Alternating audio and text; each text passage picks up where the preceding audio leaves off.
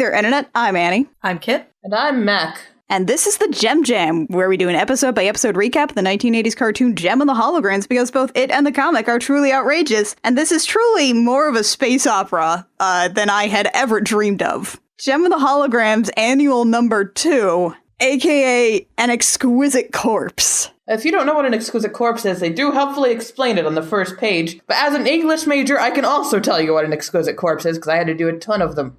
Basically, it's where you write something, and after writing a couple paragraphs generally, you cover up everything that you wrote except for maybe the last line or the last paragraph, depending on what you're doing, hand it to somebody else, so all they see is that last paragraph, and they write for a couple of paragraphs, and then do the same thing to another person, and you just keep passing it around. So in the end, you come up with a hodgepodge of a terrible thing, and it's great. Except in this one, it seemed like they at least had a slightly bit more direction. Also, it's worth noting that the folders on the Starlight Girls computer are, among others, cat gifs, Starlight Girls logo 7, and something that says Starlight Girls something raw, which suggests footage of some kind. So yeah, they are officially calling themselves the Starlight Girls. Also, this is the first time that we have seen the Starlight Girls since Dark JEM. Specifically, this is the first time we've seen the Starlight Girls since they went goth in Dark JEM. We think? Did we ever see them go goth? Well, we saw them get hit by the virus, but we never saw the after effects of that. So I was still worried about the Starlight Girls 2K17, but now I'm not really worried about the Starlight Girls 2K17. So they're okay, I guess. And they're making fanfic, so they're more than okay. They're probably fine. No, lasting trauma or anything. Either that or they just channeled all of their trauma into writing some incredible space adventure. I also really, really appreciate that they said, I'm going to do a Kimber Stormer story and not a Stimber story. You're not a fan of that one, are you? I am old school. You either put a slash in there or you don't bother. None of this portmanteau, newfangled, get off my lawn! So yeah, the Starlight Girls are going to do a group story that involves a whole bunch of kissing between Kimber and Stormer. Also, they are surprisingly good at drawing comics. Don't worry about it, it's fine. So, one thing to know going ahead in this annual is that everything's written by Kelly Thompson. We've got a lot of different colors as well, and artists for every different one. So we're going to be looking at a lot of different people and a lot of different styles with the same voice, essentially. Also, our opening and closer, that is going to be our new artist on JEM. So, let's start this out with An Exquisite Corpse, with art by Giselle Lagasse and colors by Jason Millett. So, the Starlight Community Center's still standing. Somehow. Despite all the events of Dark JEM, everyone seems okay. They probably had to wipe a lot of goth poetry off the walls.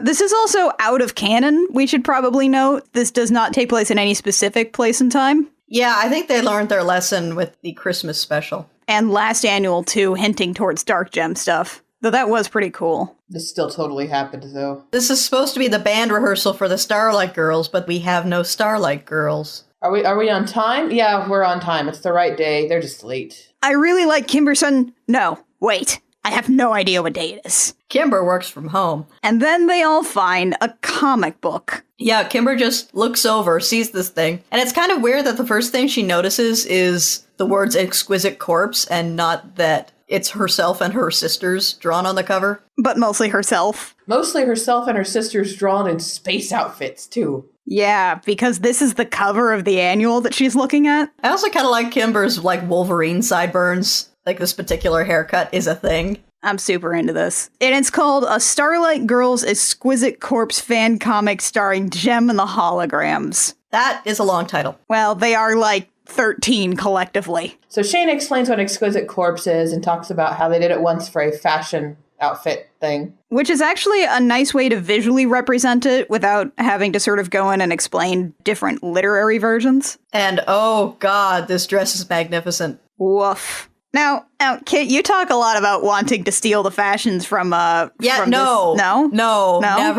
ever, never. That is a nightmare. And it looks like the way that this one is structured is, the same sentence ends the first story that begins the next story, and Jericho's the only one who says maybe we shouldn't just read this thing that looks a little private. And Kimber's like, but we're in it! And they open it. We got this really great kind of goofy panel of them all opening the comic and like speed lines coming out of it and then all going, ooh, complete with like Jerrica peeking over Shayna's shoulder. It's pretty good. Like, this comic does not take itself seriously at all, and I love it. So speaking of not taking itself seriously, let's get into the first story, which is just appropriately titled Kimber. This one has art and colors by, wow, prepare for me to mispronounce a whole bunch of names for the rest of this episode, I'm sure. MJ Barros is the both art and colors of this one, and wow, this one's intense. Pizzazz gets to be queen of the universe, finally. A lot of this is backstory here, and I really, really love it because, like, all of the characters are, like, in black silhouettes except for their makeup, clothes, and hair. It's really great. I especially like Blaze off to the left there. Yeah, she looks really good. And Stormer. Stormer with her adorable hair. I really like Jeddah here. Jeddah's basically Pizzazz's war machine. Everybody's got kind of a Klingon thing going on here, and it's really great. Oh my god, shoulder pads. When are shoulder pads coming back? When are shoulder pads with knives coming? When can we just dress like the freaking Super Mario Brothers movie every day? Well, I mean, nothing's stopping you right now. I need to learn how to glue things onto shoulders.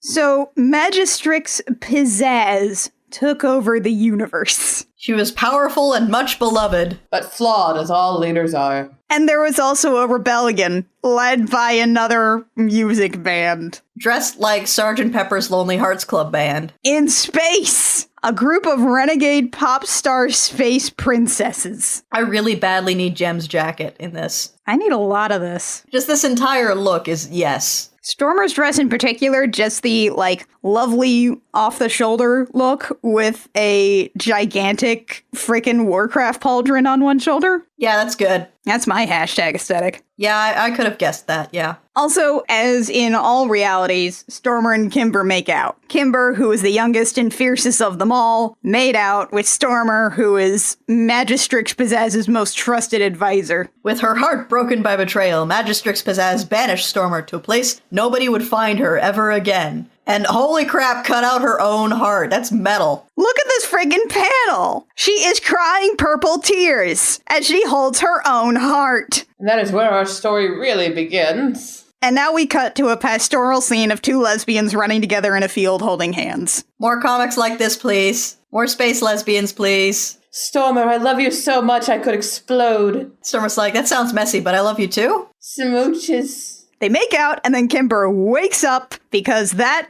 was a prophetic dream, and she knows how to find Stormer. Oh my god, I know where Stormer is. And then we watch Kimber waking up and getting dressed in her space outfit. It's like a Han Solo belly shirt setup. It's pretty good. I'm not gonna lie, this is the kind of crap I love. Stupid belly shirts, big chunky pants, and comfy-looking jackets. And of course, Aja's eating ramen. And barely awake. Kimber's like, fire up the ship! I know where Stormer is! Honey, how do you know where she is? Asked Shayna, the mom. Kimber's like, I have psychic powers now, don't worry about it. And then with or without you, I'm going there to bring her home and make out with her until I cannot even feel my lips anymore. So they're going to the planet of lost souls. JEM says that place is no joke, but I don't know, this feels like a pretty good joke to me. Planet of Lost Souls. And it's also shrouded in mystery, so it's not as easy as just flying to the planet of lost souls. And JEM's like, oh, okay, yeah, we can at least, like, put that in the plan we already have. And Kimber's like, there's a plan?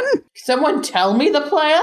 Then they explain the plan to her, and she's like, that's never gonna work. But we gotta bring Stormer back. Pizzazz must be stopped. And then they're all looking at the TV, which is full of, like, anime people from Anime Planet running away from Planet Pandora, where a battalion of mecha spiders were sent in to quell a recent uprising. That is magnificent. Of course Pizzazz has mecha spiders. And then Kimber asks the important question. Shayna, what is all this fluffy pink stuff anyway? And just how is it gonna get us to the planet of lost souls? And that's the line that the next participant in the story gets. Which I think is Ashley. Yeah, in universe, this is Ashley. Out of kayfabe, this is drawn and colored by M. Victoria Roboto. I really love her style. Oh my god, right? It's so cute. So yeah, there's a great big fluffy pink fursuit, essentially, that Kimber's gonna have to wear. It looks like a Thneed from the Lorax. Kimber says no way, and Shayna points out, yes, you're the tallest. It's the only thing I could make to fit you on such short notice. And then they're not headed to the planet of lost souls. They're instead headed to Jeddah Rocks. which is a bagel. with bacon in it. It's a very good planet. There's nothing in physics so far that says that a planet can't be torus-shaped. But is there anything in physics that says a planet cannot be a bagel? At that point, it just becomes like a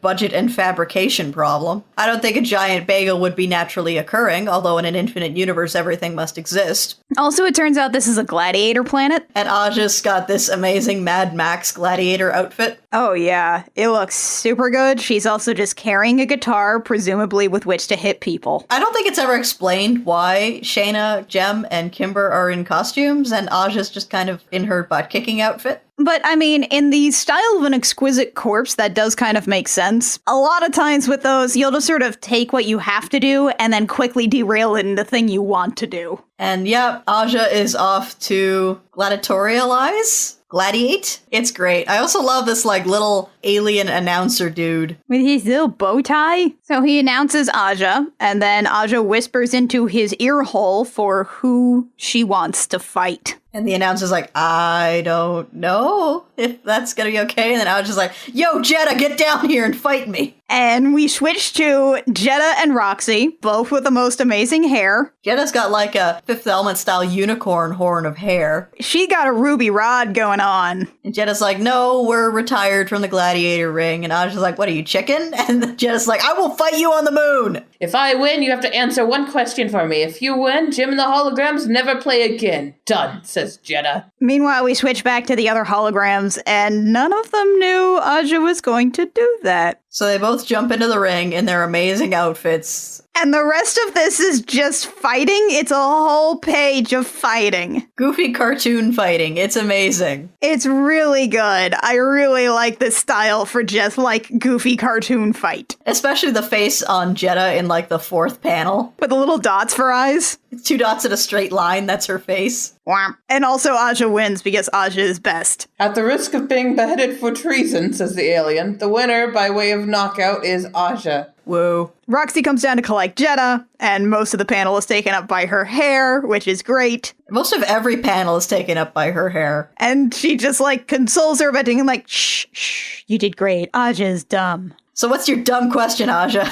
How do I solve the mystery of the planet of lost souls? They argue with each other about whether or not to tell. It was wrong to send Stormer there, so I totally want to tell. Yeah, I do too. Roxy starts whispering in Aja's ear. That's our line that carries over into the next chapter. To rescue Stormer and get through the mystery surrounding the planet of lost souls, you have to... be pure of heart and have good intentions? Seriously?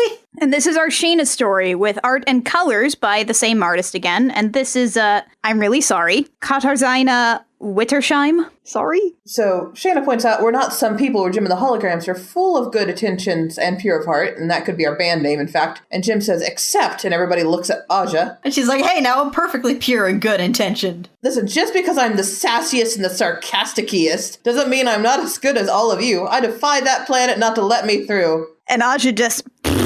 and hits the light speed button. And then they get to the planet of lost souls, which looks, quote, grim. I mean, it's kind of the color of, like, an old olive. It looks like the planet's gone off. It looks like it's been in the fridge too long. It's shrouded in mist, and also it turns out that Shayna is, like, a betazoid. Also, they're like, are you sure you don't want us to drop you off somewhere, Aja? And she's like, I'm rock solid, and all of you are gonna apologize to me in 5 minutes. 5 minutes later, ha! You all owe me apologies! You're totally pure of heart and good intentioned. Damn right! And then Kimber's like, I wonder how long it'll take me to find her. And then they immediately after she gets off the boat, Kimber! Stormer! And they run across a field to each other. Well, that was fast, says Shayna. She's got a ball and chain around her ankle. She's moving pretty fast despite that. She's had a lot of time to figure out how to move around with that thing. And then we bring her into the space kitchen, where she gets a nice cozy blanket and some tea. As she deserves. And they explain that, you know, having Pizzazz in charge of the universe totally sucks now. Yeah, it's gotten really bad. It's almost like she doesn't have a heart. And they're like, okay, so where's her heart? Maybe we can, like, put it back. And Shayna's like, huh, she's got this huge ball and chain around her ankle. I wonder. And Shayna, being a Betazoid, is an empath, and it's like, I can sense a heart in there. Yeah, there's totally a heart in that. Yeah, it's a heart. It's a Betazoid thing, don't worry about it. And then Shayna's like, okay, so let's fix this by giving Pizzazz her heart back. One painful hour later, oh god, she's got a bandage around her ankle. They took a hacksaw to that thing. That went horribly wrong. I thought we had space technology for this. Nope, hacksaw. So they're trying to figure out how to open up the ball, and Aja offers that she can just nuke it from space. No. Aja really wants to nuke something from space. I think it wants Stormer's tears, her regret. And then Stormer's like, I can't just cry on demand. And I really like this scene, because they all just sort of empathize with Pizzazz. Yeah, it's really cute. And then she cries on the ball, and it cracks open. It just pops open like an egg. Yeah, and then the heart pops out like Zelda style. Like an actual freaking heart. And then disintegrates. And that's our carryover line. And then we get into the last story, which is JEM. And this is art and colors by, again, sorry, Savannah Ganacho. Sorry. Oh, well, at least it's equal opportunity mispronunciation on your part. Doesn't matter which culture they come from. Annie can't pronounce it. It's true, I'm terrible. Pizzazz's heart is crumbled to ash. And Kimber says, how are we supposed to put it back inside Pizzazz when it's crumbled to ashes and worthless? And she just, like, folds her arms and glares at everybody who is just sort of hanging out and has no idea. I also love that Kimber is wearing Nightcrawler's costume. That's what it is. I've been trying to figure out what it reminded me of. We need to put on a show, and Aja, we need everyone to hear it. And I was like, no offense, Jay, but I don't think now's the time for a show or for music. Wrong, Aja! We always need music, and I think right now is when we need it more than ever. It's one of the only things that can move the soul, maybe even save the soul, and maybe even regrow a heart. And for us, for this universe, nothing less will do. I like how the fact that nobody knows anything about JEM means that the Starlight Girls have basically fabricated a personality for her. They decided that she's the leader who makes speeches and stuff. JEM is constantly falling apart at the seams, frankly. But nobody knows that about her, especially not the Starlight Girls, so as far as they're concerned, she's the leader archetype. Well, I mean, Aja does machines. Also, Shayna then says, hell yeah, to the speech, and Kimber goes, oh my god, Shayna cussed, this is serious. Oh, 14-year-olds. So they are actually just going to friggin' like Planet Pizzazz. It is painfully close to Pizzazz's actual current location. They're all definitely getting arrested, and Shayna's decided not to cuss again right before they go out to an incredible show. She's like, darn it. They're broadcasting as far out as they can get. Here we friggin' go. So they step outside and they start singing, and we finally get Pizzazz! Who is incredible. Oh my god, look at this outfit. She's got like a freaking cowl hood thing. She looks like a cobra. And we got some really like great lighting and colors on her face too. It makes her look like a Sith Lord. Yeah, and she is constantly snarling. It's really good. And then we get this like really huge splash of everybody singing, especially Stormer. This is also a new song, and you see why on the next page, the big splash page. It is incredibly specific because it is Stormer's song. And Pizzazz starts crying. Because Stormer apologizes and says, we've got to make things go back, and I'm sorry you're hurt. And Pizzazz gets her heart back. Her heart grew 3 sizes that day. I really love the lighting in this page where she gets her heart back because it feels, especially with the way that the tears are drawn, it's very Miyazaki to me. With these big sort of wet globs of light and energy and the way that the tears are just huge as well. I really like it. And the next page, we get both the holograms and the Misfits being like, everything's gonna be fine now. And I really, really, really love Blaze's like anti-gravity space choker. Also, Clash is here and she doesn't have any lines. She's not a real Misfit. It's fine. I like how the Misfits are all just like, this was really creepy and weird. I'm glad we're done with this. Those mecha spiders were like terrible. In a world far, far away, there lived a girl that wanted to rule the universe, and with her shiny new heart, she did just that, and everyone lived mostly happily ever after. Pizzazz just gets to be loved. And then we cut back to the holograms all reading the comic, and Kimber's like, this is the best comic book ever made. I really like in these pages, and especially the last couple of ones in this issue, the posing in particular. Like, everybody's visual language is really good in this. And then on the next page, we get like the Starlight Girls Scooby-Dooing through the door, and then Bonnie runs in. Let's find out if they liked it. Bonnie, no! Hi, Jerica! Hi, Kimber! Hi, Shayna! Hi, Aja! Did you read my story? I helped out with a story about you, Kimber. I did it with Becky. Becky, come on! I love these girls. And then Aja immediately picks up on the fact that Ashley did the Aja story with all the punching. She's like, I thought you'd like beating up Jeddah. I do. I really, really do. And I guess they all took a class together and read about exquisite corpse stories, and they just sort of wanted to do it their own way. And they're like, you guys have to rehearse now, though. Seriously. And Jerica realizes a thing. Oh, freaking God, this is that Gem Wolf story all over again. Kelly, no bummers! Jerica realizes that she's not in the comic.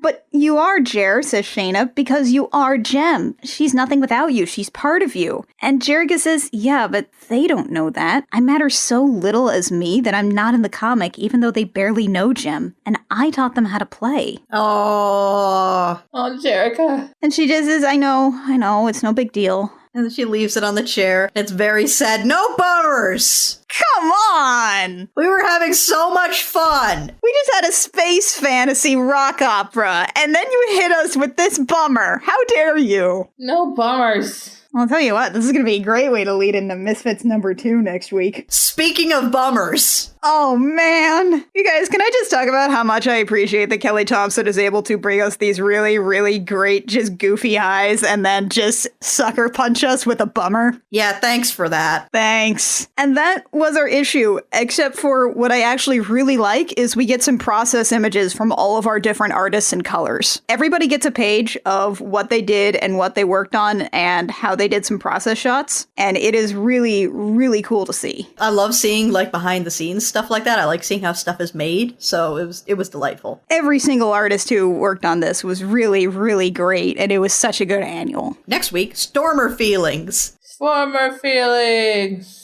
I'm just gonna go, cry. I'm gonna go cry. I can't handle those Stormer feelings, guys. I'm just gonna go to a closet and just try and cry it all out so I can actually talk about it. Oh, man. But that was our annual. I hope everybody enjoyed it. We'll be back next week to talk about some Stormer feelings with Misfits #2. Hashtag all the bummers. We are steadily chipping our way towards the Stingers hit town. We are working on it. I'm very excited about getting back to the cartoon. The Gem Jam comes out every Sunday on iTunes, SoundCloud, Stitcher, and YouTube. You can also find us on Twitter and Tumblr. We are at the Gem Jam just about everywhere except on Twitter, where we are at Gem Jam Cast. If you like what we do and you want to support us, a like, rating, review, subscribe, comment, wherever you find our podcast is always great. It helps us get noticed. It helps our metrics, especially on iTunes because they don't give us that information. And it makes us feel good because it's nice to be liked and rule the universe with a shiny new heart with shoulder pads. Also, you can give us money on patreon.com/thegemjam for as little as $1 a month. Helps us out and allows us to do other side projects like our other podcast, I Will Fight You. And until next time, dear listeners, I'm Annie. I'm Kit. And I'm Mac. And this has been the Gem Jam, where we remind you, there is no emotion, there is peace. There is no ignorance, there is knowledge. There is no passion, there is serenity. There is no chaos, there is harmony. There is no death, there is outrageousness.